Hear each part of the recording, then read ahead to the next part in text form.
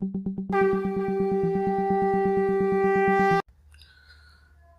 पुरुषोत्तम। श्री श्री ठाकुर जी से वार्तालाप। अनेक माताएं श्री श्री ठाकुर जी के पास बैठी थीं। निस्तारिणी माँ पहुंची।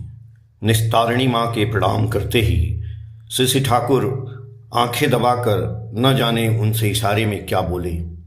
निस्तारिणी माँ के चेहरे पर रहस्यपूर्ण मुस्कान की रेखा खींच आई। न जाने भीतर ही भीतर इसमें कैसा कौतुक कर मतलब भांप रही हैं। इस बार उसमें और भी बल मिला। हरिपद्दा तंबाकू भर कर दे रहे हैं। तंबाकू पीते पीते श्री श्री ठाकुर को खांसी होने लगी। खांसते खांसते श्री श्री ठाकुर का चेहरा लाल हो गया। बाद में बोले, तंबाकू बहुत कड़ा हो गया है, थोड़ा पानी मिलाकर अच्छी तरह सान लो। नशाखोर व्यक्ति को नशे की चीज़ें ठीक तरीके से नहीं मिलती हैं तो दुनिया अंधकार लगती है। दुनिया अंधकार शब्दों के उच्चारण करने के साथ ही साथ उनके चेहरे से ऐसी अभिव्यक्ति फूट निकली मानो दुनिया वास्तविक में अंधकारमय हो गई। श्री श्री ठाकुर के ऐसे भाव को देखकर सभी हंसने लगे। सलील गति से आलोचना का स्रोत बह रहा है। ईसदा अपने संबंध में कहने लगे, यदि कोई मुझे प्रेम से सहज भाव से देता है तो न जाने क्यों मुझे लेने में संकोच होता है। श्री श्री ठाकुर जी बोले, गो बिट्वीन द्वंद्व वृत्ति रहने से इनफेरिटी हीनमान्यता आती है। उससे ही ऐसा होता है। कोई अच्छी बातें करता है तो उन्हें भी वह टॉन्ट विद्रूप समझ लेता है। जैसे विमलदा आपको देखकर बोले, क्या ईसदा आपकी तंदुरुस्ती क्यों खराब हो रही है, तो उस समय आप सोच बैठें मेरी अवस्था खराब है इसीलिए विमलदा मेरा माखौल उड़ा रहे हैं। यदि विमलदा यह कहें, वाह आपकी तंदुरुस्ती इन दिनों अच्छी होती जा रही है, तो आप सोच बैठें अभाव के कारण मनुष्य के साथ जबान नहीं रख पाते हैं, इसलिए विमलदा सोचते हैं कि मनुष्य को ठग कर घी दूध खाकर मोटा बनता जा रहा हूं। संभव है कि 2 दिन पहले आप विमलदा के यहाँ 2 रुपए कर्ज लेने गए हों। गो बिट्वीन द्वंद्व वृत्ति रहने के कारण ही भीतर में वीकनेस दुर्बलता रहती है, इसलिए लोग सोच बैठते हैं कि मुझे हीन समझता है, इसलिए अपने को अपने आप से दूर रखकर चलना पड़ता है। यह विशेष प्रकार की नरक यंत्रणा है। गो बिट्वीन द्वंद्व वृत्ति की अपेक्षा ऐसे बहुत कर्म, यहाँ तक कि चोरी डकैती पर्यंत उससे कहीं अधिक अच्छी होती है।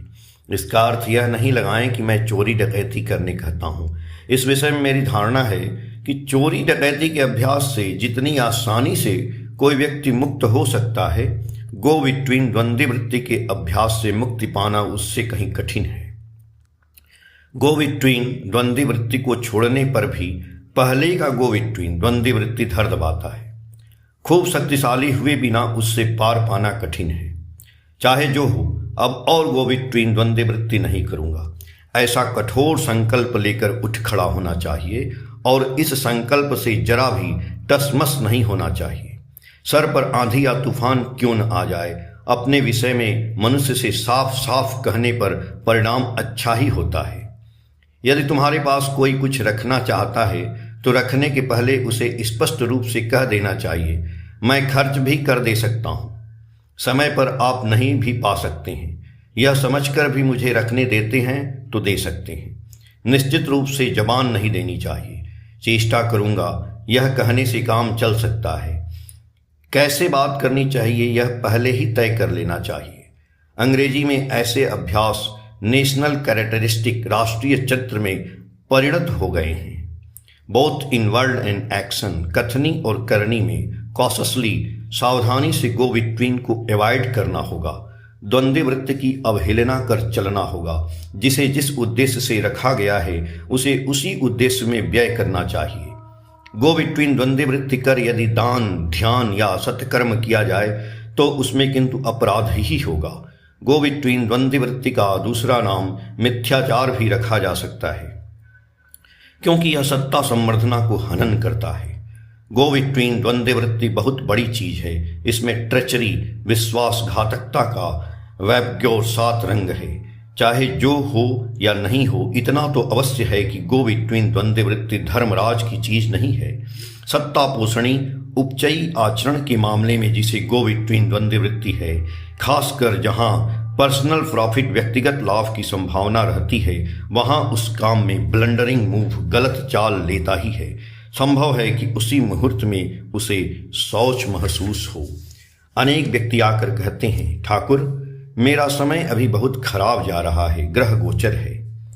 एक ऐसा समय था जबकि मिट्टी छूने से सोना बन जाता था, जिस काम में हाथ डालता था आसानी से उसमें सिद्धि मिल जाती थी, किंतु अब और कुछ भी नहीं बना पाता हूं, सभी नष्ट हो जाते हैं। सोना छूने से मिट्टी हो जाती है, उसका मतलब यह है कि उसमें करने और चलने की अन्यान्य त्रुटियां रहती हैं। किंतु बहुधा ध्यान देकर देखेंगे कि मनुष्य पहले बहुत गो बिटवीन द्वंद्व वृत्ति कर चुका है एवं अब भी गो बिटवीन द्वंद्व वृत्ति का अभ्यास है। संग्रहित गो बिटवीन द्वंद्व वृत्ति का पल जब मनुष्य को धर दबाता है तो वह पग पग पर व्यर्थ और व्याहत होता है। उस चित्र को सोचने से ही मेरा शरीर कांप उठता है। श्री ठाकुर के चेहरे में आर्थ आतंक का चिन्ह व्यक्त हुआ। खूब सावधान, जो भी हो, यदि कोई प्रेम सहित आपको कुछ दे तो ग्रहण करेंगे, यदि आप नहीं लेंगे तो वह खासकर दुखित होगा। किसी चीज पर लोभ नहीं रखना अच्छा है, किंतु आदान प्रदान के माध्यम से प्रीति बांधवता पुष्ट होती है, उससे वंचित होना ठीक नहीं है। श्री सदाराय चौधरी ने आकर प्रणाम किया। तंबाकू पीते हुए श्री ठाकुर ने मुस्कान से पूछा, क्या श्री सदा, क्या खबर है? परिकल्पना कर रहे हैं ना, प्लान कर रहे हैं ना? श्री सदा, हाँ कर रहा हूं। श्री ठाकुर उत्साहित हो, शीघ्र करें, कमाल कुछ हो जाए। श्री ठाकुर की प्रसन्न मुद्रा को देखकर सभी आनंदित हो पड़े। गो बिटवीन द्वंद्व वृत्ति के विषय में जैसी आलोचना हुई, उसे सुनकर सभी अपने अपने अपराधों के विषय में चिंता करते हुए थोड़ा अवसन्न और उदास हो पड़े थे। आबो हवा बहुत गंभीर हो गई थी, पर श्री ठाकुर की बातों की भंगिमा देखकर वहां का वातावरण मधुमय हो गया। केष्टोदा ने पहले की बातों का सूत्र धरकर ग्रहण किया। गो बिटवीन द्वंद्व वृत्ति का क्या कोई प्रायश्चित नहीं है? श्री ठाकुर जी बोले, देखता तो नहीं हूं, आप ढूंढ कर देखें न, है या नहीं। आपने यह सुना है कि ऐसा भी भूत है जहां ओझा का कुछ भी नहीं चल पाता है?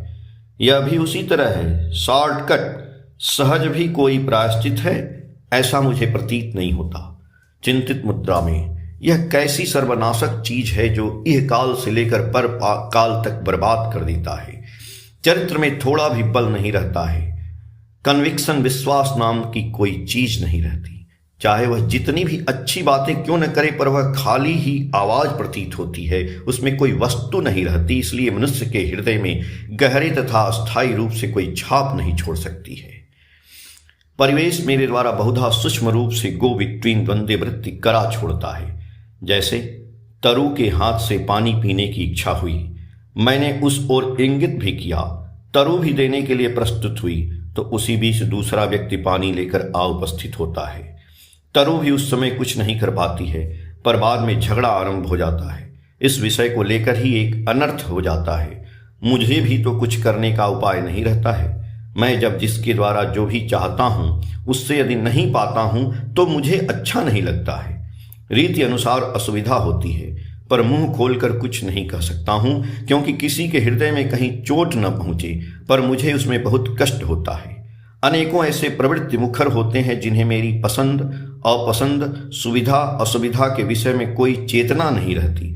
यदि उन्हें कहा भी जाता है तो बात उनके माथे में नहीं रहती।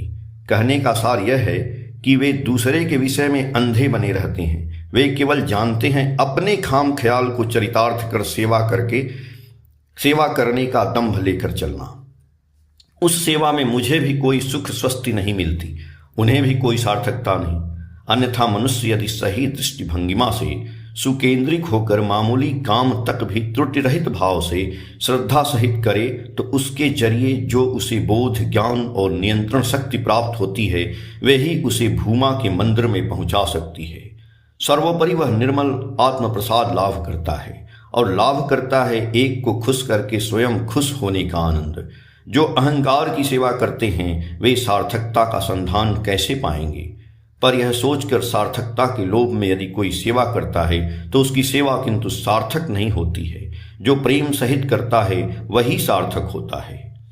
शीतकाल में बहुत देर तक एक ही तरह बैठे रहने के कारण श्री श्री ठाकुर जी का दाहिना पैर अवश हो गया है। इसलिए पैर को बढ़ाते हुए प्यारीदास से बोले, थोड़ा खींच दो न। जय गुरु।